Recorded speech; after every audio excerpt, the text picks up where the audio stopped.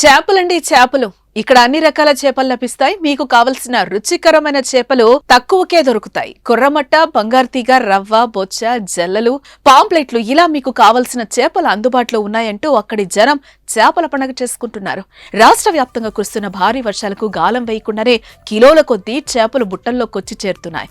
దీంతో ఆ ఊరంతా చేపల కూరతో గుమగుమలాడుతోంది. ఎగువన మహారాష్ట్రలో కురుస్తున్న వర్షాలతో ఆదిలాబాద్ జిల్లాలోని వాగులు, వంకలు ఉప్పొంగి ప్రవహిస్తున్నాయి. ప్రాజెక్టులు నిండు కుండలను తలపిస్తున్నాయి.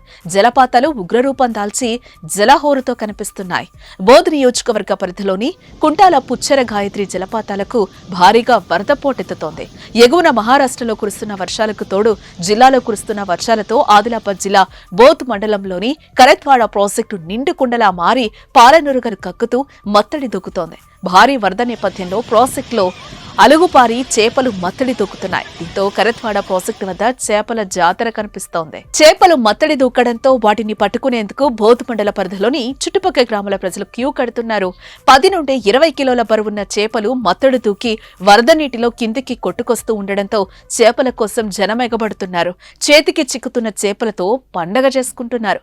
దొరికినోడికి దొరికినంత అనుకుని రేపటి కోసం కూడా చేపలు పట్టుకుని పోతున్నారు. మరికొందరైతే తమ బంధువుల కోసం కూడా చేపలు తీసుకెళ్తున్నారు. మొత్తానికి బోధ్ మండల కేంద్రంలో చేపల జాతర కనిపిస్తోంది.